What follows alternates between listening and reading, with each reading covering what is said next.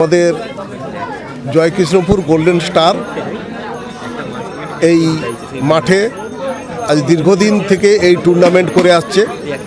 তো আমরা প্রতি বছরই 30শে জানুয়ারি আমরা শুরু করি গোল্ডেন স্টারের গোল্ডেন উৎসব, এবং উৎসবে শুরু হয় গণপতি বাপ্পার পুজোর মাধ্যমে, আমাদের গণেশ বাবার পুজোর মাধ্যমে শুরু করা হয় এবং শেষ করা হয় আমাদের ক্রিকেট টুর্নামেন্টের মাধ্যমে, এবং রাত্রে একটি সাংস্কৃতিক অনুষ্ঠান থাকে প্রতি বছর। এবং বেশ কিছু ভক্তদের প্রথম দিনই আমরা প্রসাদ বিতরণ করে থাকি সন্ধ্যায়, এবং নাম গান কীর্তন গান হয়ে থাকে, প্রতি বছরই হয়। এছাড়াও কোনো কোনো বছর আমরা শীত বস্ত্র এবং অন্যান্য দান ধ্যানও করে থাকি, এবং শর্ট ক্রিকেট প্রতিযোগিতা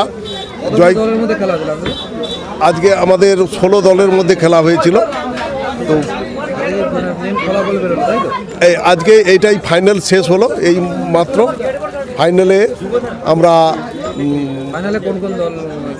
ফাইনালে কোন কোন দল, ফাইনালে দলটা বলুন।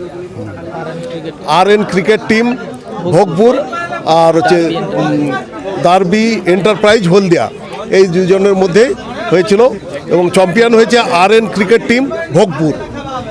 এবং আমরা পুরস্কার মানিটা দেই কত টাকা? 20,001 টাকা প্রথম পুরস্কার আমাদের, আর দ্বিতীয় পুরস্কার দ্বিতীয়টা 13,001 টাকা। এটা থাকে আমাদের পুরস্কার মানি। এছাড়াও আমাদের বড় সুদৃশ্য ট্রফি থাকে, এবং সেমিফাইনালিস্টদেরকেও আমরা একটা আর্থিক পুরস্কার সহ ট্রফি দিয়ে থাকি। ম্যান অফ দ্য ম্যাচ, ম্যাচের সেরা, এবং সেরা আছে ব্যাটসম্যান, সেরা আমাদের বোলার, এবং ম্যাচ শেষে প্রত্যেকে যারা 6 মারে তাদেরও একটা পুরস্কার আমরা দিয়ে থাকি, ম্যাচের শেষেই সেটা প্রদান করে থাকি। এই জায়গাটি হচ্ছে জয়কৃষ্ণপুর। কত বছর ধরে চলে আসছে আপনাদের এই খেলা? আমাদের খেলা প্রায় 21 বছর চলছে। হ্যাঁ, আমার নাম সুভাষিস হাইদ। আমি হচ্ছে এই সংগঠনের জয়কৃষ্ণপুর গোল্ডেন স্টারের সভাপতি, এবং আমাদের এই যে ক্লাবের সমস্ত সদস্যরা অক্লান্ত পরিশ্রম করে এই প্রোগ্রামটা করে থাকে, তাদেরকেও আমরা শুভেচ্ছা, অভিনন্দন। দর্শক, প্রচুর দর্শক হয়ে থাকে। আজকে যখন খেলার শেষের দিকে দর্শকটা কম থাকে, কারণ অনেক টিম, পাশাপাশি টিম যারা হেরে যায় তাদের অনেক শুভানুধ্যায়ী থাকে। তারা ইতিমধ্যেই টিম হেরে গেলে তারা কিন্তু মাঠ ছেড়ে চলে যায়, যার জন্য দর্শক শেষের দিকে কম থাকে, কিন্তু প্রথমের দিকে দর্শক তিল ধরানোর জায়গা থাকে না।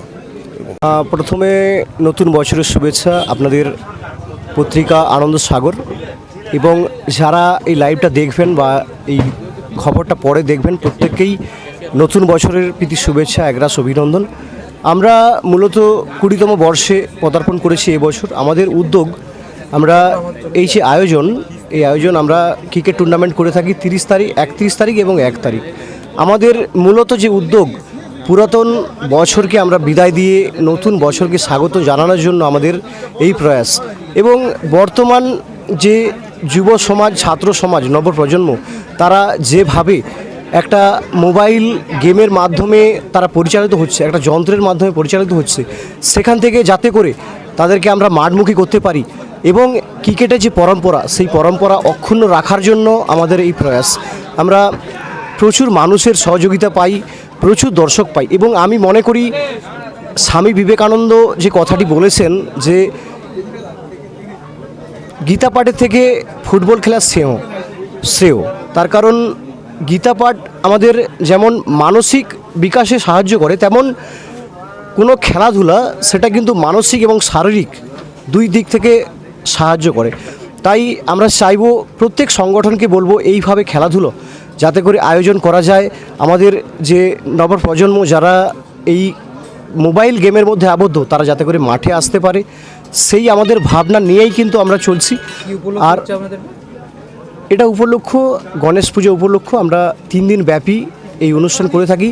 30 তারিখ আমাদের যে অনুষ্ঠানের শুভ সূচনা গণপতি পাপার আরাধনার মাধ্যমে, এবং সেই সঙ্গে কীর্তন গান এবং প্রসাদ পাওয়ার একটা ব্যাপার থাকে, সেটা 30 তারিখ হয়েছে।